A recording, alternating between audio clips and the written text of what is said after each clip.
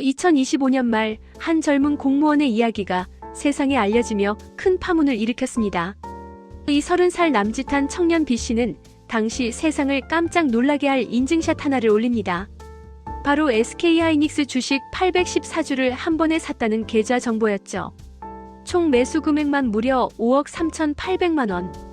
그런데 더 놀라운 사실은 그 돈의 정체였습니다.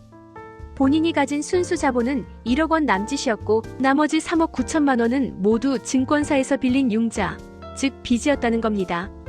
자, 여러분 한번 계산해 볼까요? 5억 원어치 주식을 사면서 4억 가까운 돈을 빌렸다. 이건 단순히 투자가 아니라 인생을 통째로 베팅한 것이나 다름없습니다. 당시 SK하이닉스의 평균 매입가는 약 61만 9천 원. 남들이 지금은 고점이다, 반도체 거품 빠질 때다라고 말하며 몸을 사릴 때 이 청년은 거꾸로 인생의 승부수를 던진 겁니다. 안정의 대명사인 공무원이 왜 이런 극단적인 선택을 했을까요? 그 배경에는 지금이 아니면 내 집 마련도 미래도 없다는 요즘.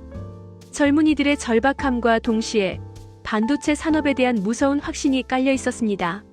하지만 세상은 야수에게 그리 호락호락하지 않았습니다. B씨가 거액을 태우자마자 거짓말처럼 주가가 곤두박질치기 시작했습니다. 61만 원대에 샀던 주식이 50만 원 선까지 힘없이 밀려났죠. 마이너스 10%, 20%.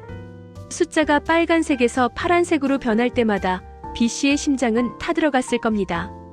이때 인터넷 커뮤니티에서는 조롱이 쏟아졌습니다. 공무원이 비투하다 망했다더라, 조만간 한강에서 정모하겠네 같은 날 선 댓글들이 수천 개씩 달렸죠. 하지만 진짜 지옥은 따로 있었습니다. 바로 증권사에서 날아온 담보 부족 경고였습니다. 신용거래는 주가가 일정 수준 이하로 떨어지면 증권사가 담보를 확보하기 위해 주식을 강제로 팔아버리는 반대 매매를 실행합니다. 주가가 50만 1천 원까지 떨어졌을 때 B씨는 반대 매매를 막기 위해 추가로 8천만 원이라는 거액을 급하게 수혈해야 했습니다. 이뿐만이 아닙니다. 3억 원이 넘는 대출금에 대한 한 달 이자만 무려 260만 원에 달했습니다. 공무원 월급 받아서 이자 내고 나면 밥 사 먹을 돈도 안 남는 처절한 상황이었죠. 본인 말로는 정말 이때는 죽고 싶다는 생각까지 들었다고 합니다. 눈 뜨면 주가 확인하고 한숨 쉬고 퇴근하면 다시 그래프만 쳐다보는 피말리는 나날이 몇 달간 이어졌습니다. 겨울이 가고 2026년 새해가 밝으면서 반전의 서막이 올랐습니다. AI 반도체 열풍이 전 세계를 휩쓸며 잠잠하던 SK하이닉스 주가가 용솟음치기 시작한 겁니다. 50만 원에서 멈췄던 주가는 60만 원을 회복하더니 어느덧 전 고점을 뚫고 67만 7천 원까지 치솟았습니다. 이때 B씨는 결단을 내립니다. 더 욕심 부리지 않고 보유하고 있던 814주를 전량 매도하기로 한 거죠. 결과는 대성공이었습니다. 빚 이자를 다 제하고도 순수하게 손에 쥔 수익만 1억 4,100만 원. 불과 56개월 만에 공무원 34년치 연봉을 벌어들인 겁니다. 성공 이후 B씨는 당당하게 수익 인증 글을 다시 올렸습니다. 나를 비난하고 조롱하던 사람들도 이제는 추억으로 남았다며 수익금으로 동료들에게 소고기를 사주겠다는 훈훈한 소감까지 덧붙였죠. 한강 엔딩이라며 비웃던 사람들은 이제 부러움 섞인 시선으로 그를 바라보게 되었습니다. 그는 단순한 운이 아니었다고 말합니다. 반도체는 2028년까지 우상향할 것이라는 확고한 데이터 분석이 있었기에 그 고통스러운 이자 폭탄 속에서도 버틸 수 있었다는 겁니다. 여러분, 이 드라마 같은 실화가 우리에게 주는 메시지는 무엇일까요? 단순히 빚내서 투자해라는 뜻일까요? 절대 아닙니다. 사실 B씨의 사례는 1000명 중 1명이나 성공할 법한 아주 위험한 방식이었습니다.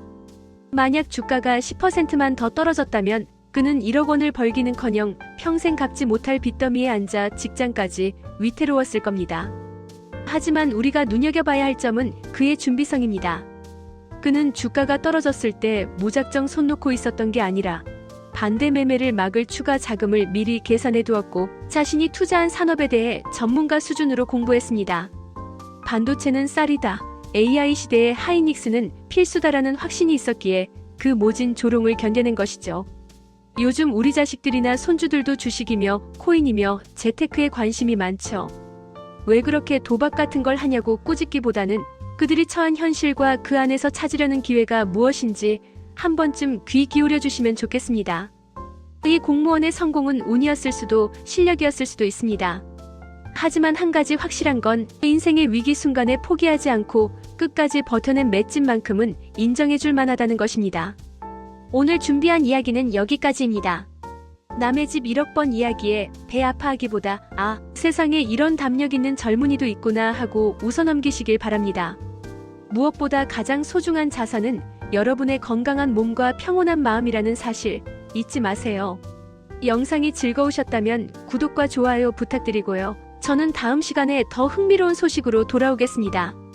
여러분, 오늘도 건강하고 평안한 하루 보내십시오. 감사합니다.